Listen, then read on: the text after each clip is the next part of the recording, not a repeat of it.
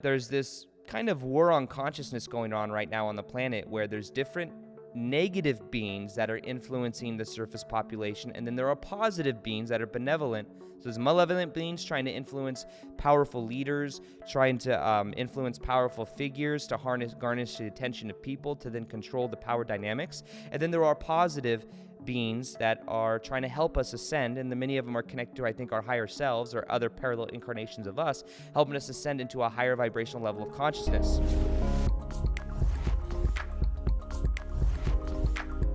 We're going to get a little bit weird in this episode, or a lot bit weird. I want to talk about different conspiracy theories about what's really going on right now. I want to talk about ET connections that I believe many of us may have. I want to talk about some Q&A, some questions that people are asking me about the election, what's going on right now, what are my personal opinions or perspectives on different things. I'm going to share that. And I just want to say as well that I'm just reporting. I laugh when I say that because my buddy Matt the other day, I was in Colorado, and he did this funny bit on me. We put it on Instagram, but he did like this. He was reenacting me in a way. And he was like, look at this whiteboard right here. You see this whiteboard? Yeah, I'm only going to point at it for a second. I'm not really even going to use it, but I'm going to point at it maybe 4 times in this whole video. Because that's, I guess, what I do with my whiteboards. And then he did this thing where he's like, all right, guys, I'm just the reporter here. Don't get mad at me. I'm just a reporter. Because back in the day when the stuff happened at the beginning of the year, I call it the he who must not be named. Because when you say the name on YouTube, it automatically demonetizes a video, the name of the thing that happened. So I call it he who must not be named, or Voldemort. When that was happening, I was like, I'm just reporting what people are telling me. People are planting bricks in places, and there's bricks that have been planted in places, and people are being instigated, and there's this undercut. Like, I'm just telling you what people are telling me that are at these rallies. Man, my hands get yellow when I get out of the cold plunge, and then I come to do this. And, like, my fingers get really yellow. And I always have to warm them up, but it's when I'm on video. Because if you don't know, also on the there's Spotify, there's iTunes, and then there's also the second YouTube channel where I record the videos of these. For those of you that like videos. But, yeah, this episode's going to get pretty freaking weird. So just be forewarned. I'm not saying this video or this video or this podcast is for everybody. But if you're still listening right now, it's for you. Okay? You're my people. So, first off, reptilians. Okay, I'm just kidding. Now, actually, let's talk about that. So, I was going to go just the weirdest thing that I thought I could talk about. And I wrote down a couple things, and then there's a whole bunch of questions that I want to answer on understanding this larger view of what actually may be happening. So let me first off say that when we look at the election, it's going on right now, probably be contested for a couple months is my guess, figuring out what's going to happen there, because there's a whole bunch of voter fraud that I believe was happening, that a lot of people are saying is happening. I mean, there's literally dead people voting. There are some people that say this. I'm not saying this is true. I'm just the reporter. Some people are saying that one of the things with he who must not be named that happened at the beginning of the year, the thing, that was in a way exaggerated. Not to say it doesn't exist, but that was exaggerated so that then there'd be this mail-in ballot thing where it was very easy to manipulate votes because that was the only way to get the person that's in office out of office. That's some people's conspiracy theory. Is it true? I don't know. I'm just reporting, okay? I'll let you decide. But then what happens is when you look at Biden, for example, let me just say this. Not to say that everyone doesn't have their flaws, and not to say that everyone's not controlled at some level, but the surface level things that we see are normally orchestrated from deeper level factions. So when you look at someone like Biden, who is completely controlled, and the dude can hardly talk. I'm not trying to talk smack here, but if you let Joe Rogan has a whole segment on it. Like, there's if you look at different speeches that he's given and stuff, you forget what he's saying. There's talk that maybe he has some type of mental. It's like a serious thing. Like, he might have mental, like dementia or something like that, which is a very sad thing that some people go through. But that was the candidate that they chose that could bring about a certain agenda. And not to say that Trump's not like that too. Very well could be. He could be being controlled by deeper levels of different agendas as well. I think he's maybe a little bit less controllable, is the opinion I have, because he kind of does his own thing and he's very polarizing.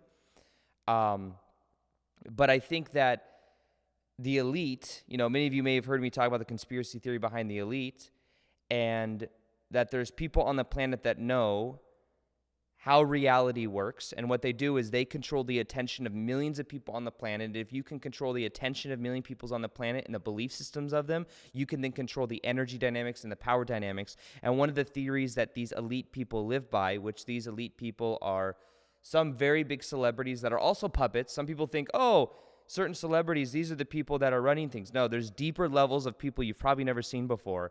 Certain celebrities are just the surface level that, because they garnish so much attention, that attention is power. So if they act in a certain line, if they do certain things, then they get rewarded, or they get to be part of some like little secret group thing.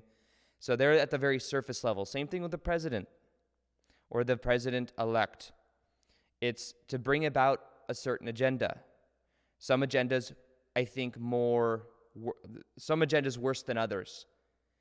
And when you look at what's happening, part of the theory or the idea is that both are controlled. Maybe one is controlled more than the other. I believe Biden may have more of the elite behind him because he is willing to bring about any agenda. And I think these things are very well calculated. And there's some questions that we're going to get to in a little bit, but that kind of play on that, and I'll go deeper into that. But when we talk about conspiracy theory, aliens, all this stuff, let me back up a little bit and explain a little bit of something I've explained in other videos. And it'll sound woo-woo, I understand that. But when we talk about that, for example, the Dolores Cannon books, many of you have heard me share them before. The Dolores Cannon books were written by, not even written by Dolores Cannon. Dolores Cannon has transcripts of thousands of people that have been in a deep level of hypnosis called QHHT, which stands for Quantum Healing Hypnosis Technique. And what happened is these people go deep into their subconscious mind.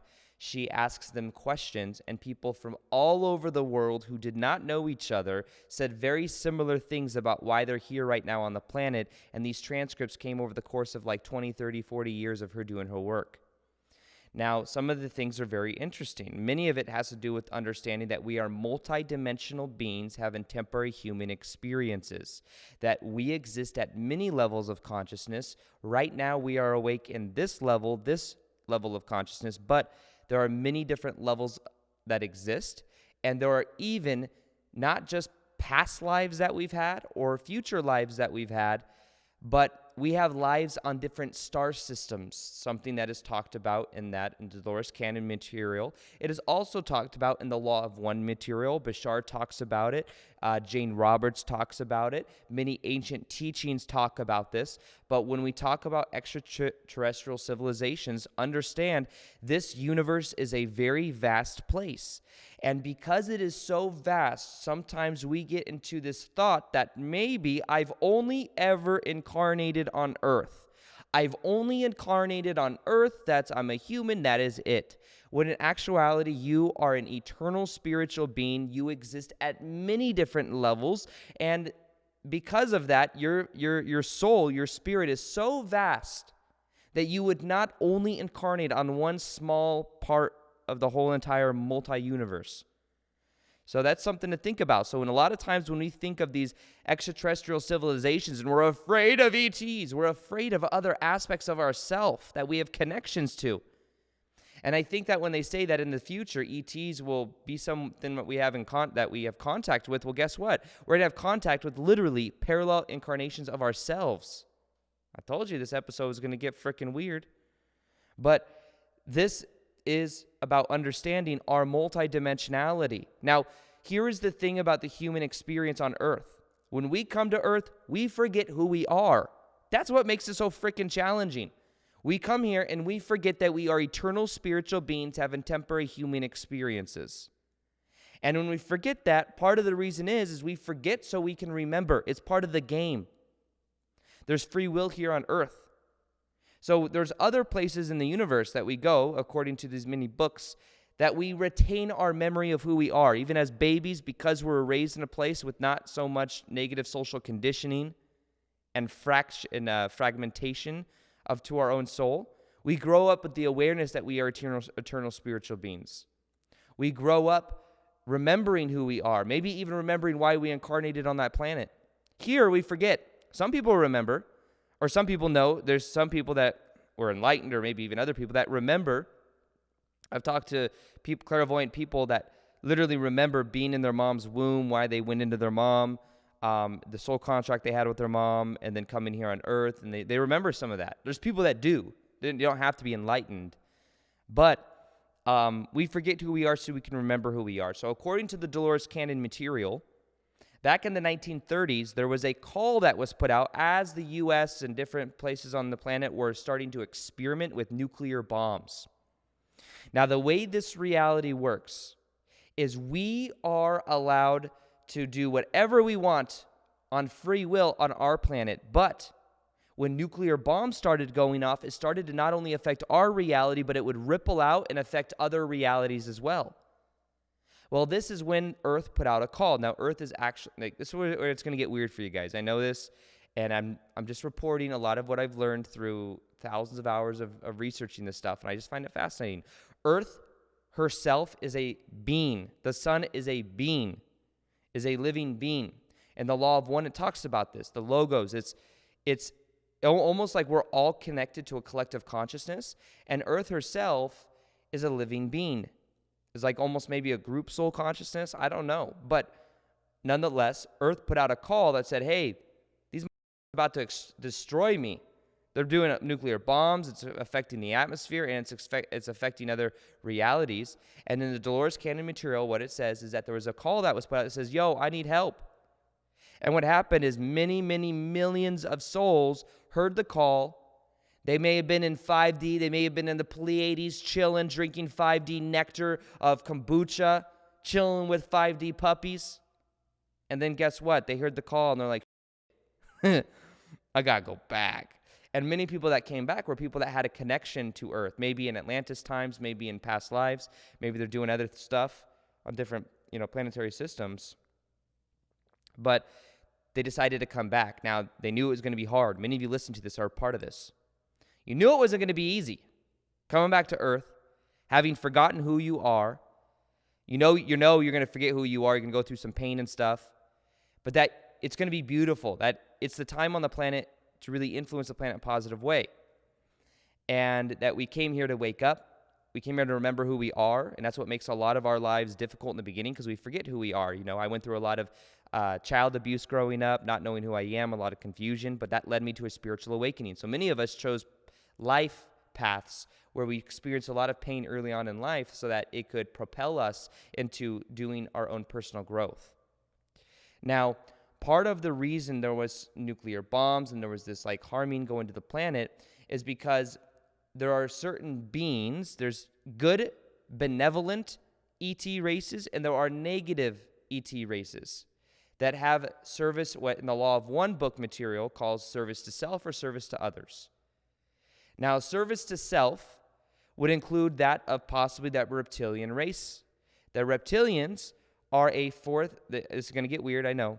The reptilians are a fourth density race, which means we're in third density right now. Fifth density is like a higher density of unconditional love and bliss, and it's a potential that we could have one day on Earth. I don't know how long away, but it's possible. We're moving right now into fourth density. Or I think we've already moved into fourth density.